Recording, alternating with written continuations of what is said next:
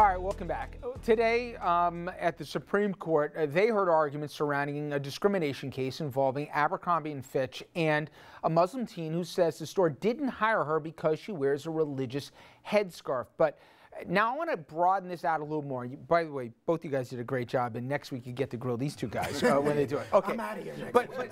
But let me That's what I've done. Let me start with this. There's been recent cases where the Rockettes, Rockefeller Center, they can say your legs have to be a certain length here, you got to be a certain weight, otherwise you're not going to be, doing the can. You've seen, Hooters can decide, as we see from the ladies on the screen here, that you got to wear a certain outfit, you got to be able to fit into it and everything else. But yet, or not fit into it. And yet we've seen other folks. Remember that somebody, a Sikh was wanted to wear certain head garb. Originally, he was refused. Court said he could wear it. Where is the line, whether it's public or private, religious or other, where you can say what you can and can't do as it relates to presenting yourself? And this was the officer in question.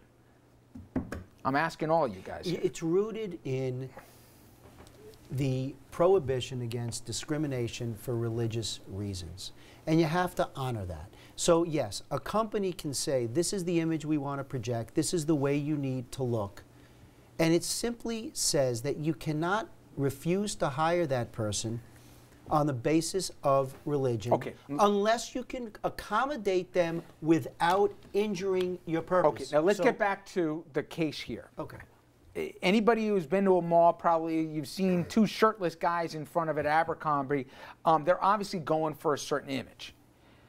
Doug, explain to me how it would be wrong to terminate somebody because of whether they were wearing a yarmulke or whether they were wearing a religious headdress, but if all of a sudden the kid got a mohawk the next day, isn't their job commerce? Isn't it to generate revenue? And at the end of the day, if somebody isn't simpatico with trying to accomplish that end, don't they harm the product and as a consequence harm the company?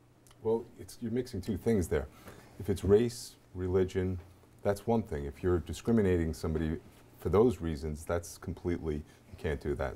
That violates the statute. But if you have a look, I mean, ultimately, you're allowed to have a company, you're allowed to sell the products you want, you're allowed to have the image you want, and that's exactly what Abercrombie Fitch does. And it's kind of like if you don't fit into their business plan, you just don't fit in. I mean, listen, if you go to Hooters, they have a certain look that they're going for there. I mean, and obviously if certain people apply for that job, they probably won't get it. And it's just acknowledging the fact that there are different business plans in this country that people have. But Mayo, if a Hooters girl is hired one day because she fits the right measurements, but the next day she gets a mohawk, where is the distinction between them saying, well, wait a second, you present yourself differently at interview rather than the way you are now? Or how about a harder one? What if she's pregnant? That doesn't fit the imagery that they're going with. Is it legal to terminate somebody because they made a legal decision as it related to their appearance? I think that you have to make it clear, number one. You have to let people know if there's a dress code, you have to make that dress code clear. If there is, for instance, you're not going to get a 110-pound person playing in the NFL, but they're not going to be prevented from playing in the NFL based upon their race or their religion. And right now they could be prevented from playing based on gender, but that's even subject to debate.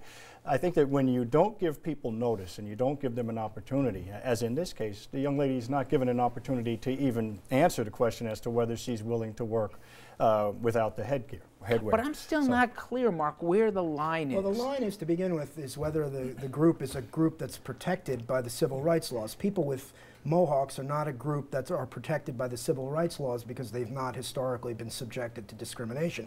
People who are pregnant are protected by many different types of civil rights laws. But I can make a definitive and declarative statement that I hired Mark Furnish on Monday Tuesday and Wednesday did a great job. On Thursday, he came in with a tattoo across his forehead. It's different. People with tattoos, you can get rid of them for any reason or no reason at all because they enjoy no protection under the civil rights laws. Now, the way these cases work is, this is just the case before the Supreme Court. It's a very narrow procedural question about whether the person has to open their mouth or whether the employer should know. Once the case gets litigated on the merits, the store says, well, no, we have a racially neutral policy and we implement it neutrally. What do you have to do? You have to look at comparables. Were other people who are wearing any sort of head gear fired or not? It goes by each individual case and whether the policy is being applied neutrally or whether this is just a pretext for racial or, in this case, religious discrimination. Although, Richard, So that's a possibility. You can have a tattoo and it may be based upon your religious practice. You can have a mohawk and that can be based upon your religious practice. But you still can be fired. Look, a company, the idea here is aren't we imposing too much on these companies? Look at the law. You can't discriminate on the basis of religion. If you have a religious issue, then you don't have to accommodate it. You only need to accommodate it as long as you can show, or you don't need to accommodate it if you can show that it would hurt your business. Unless it's a pretext. Exactly. I mean, if they've got people with yarmulkes but not people with hijabs or even baseball hats, it's not neutral anymore, and you can draw an inference that they're purposefully discriminating. Or you even have people with baseball caps who don't have that same rule being enforced against them, and they're Abercrombie working in and the Fitch store. made 9 allowances in a very recent time for headgear. Yeah. And So nobody that's a different tells deal. this woman that she's sitting at an interview being told no makeup, no nails. The hijab is right there in front of the interviewer, and they don't look at her and say that that's against policy, and the written policy says caps. Yeah, so but you're not here's the allowed to thing. walk in with a You Boston said Red Sox in your or a opening Yankees hat. statement that people don't dress for the job they want.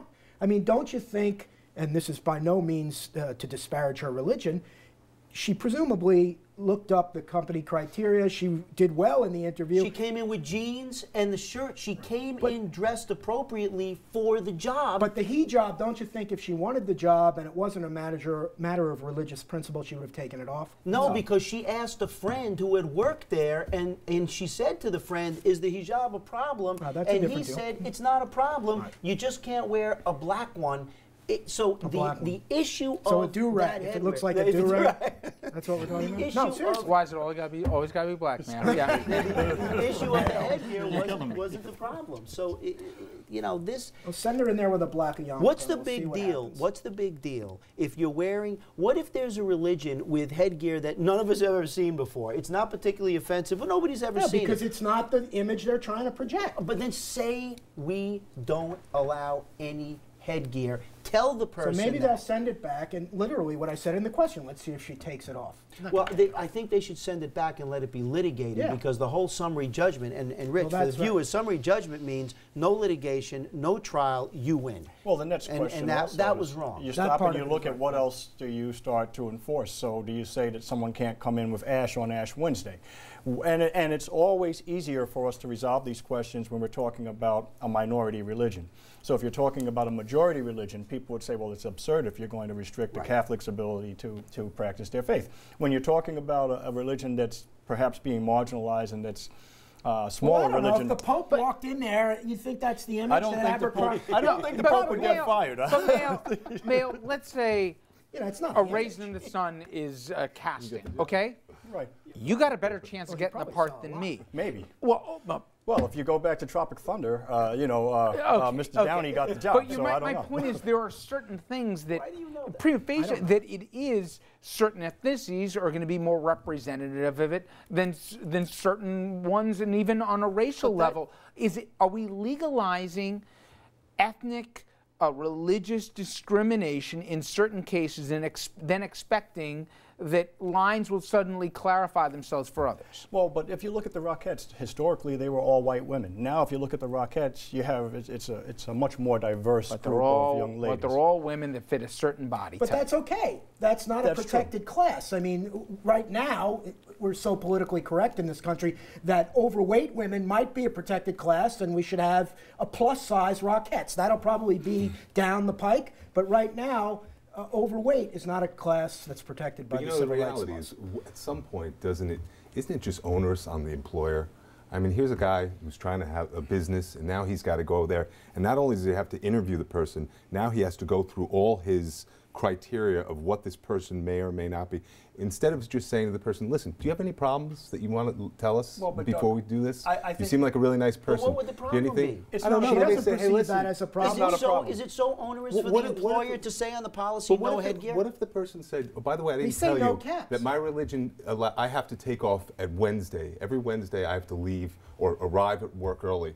Wouldn't everybody here would say, You don't get the that's job. something Well, you have what to, if you're a Sabbath observer? But if you never said it, But you're then how would the interviewing for a employer job that's know? Monday So to in this Friday, case, 9 it's to very 5. obvious. See, You I see think the it's headgear. bad. But It's if a it's something bad subtle, set of facts for you.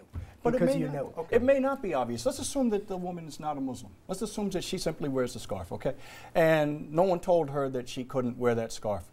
She may have been their model employee, and they could have simply told her, you know what, and if you want to work here, these are our rules. Do you have a religious exception? She may have said no. She may have said no, but that's not a problem for her. It simply happens to be who she is.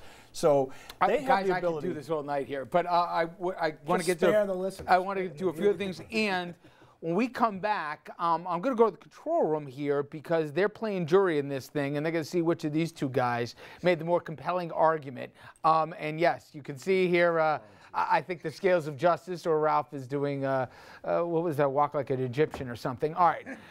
We'll also get into the corruption case surrounding Shelley Silver. Remember him here? Well, his attorneys say their client can't get a fair trial right now, not just because of the media coverage, but because the U.S. attorney, he's a showboat and you know what. We're going to get into that after this.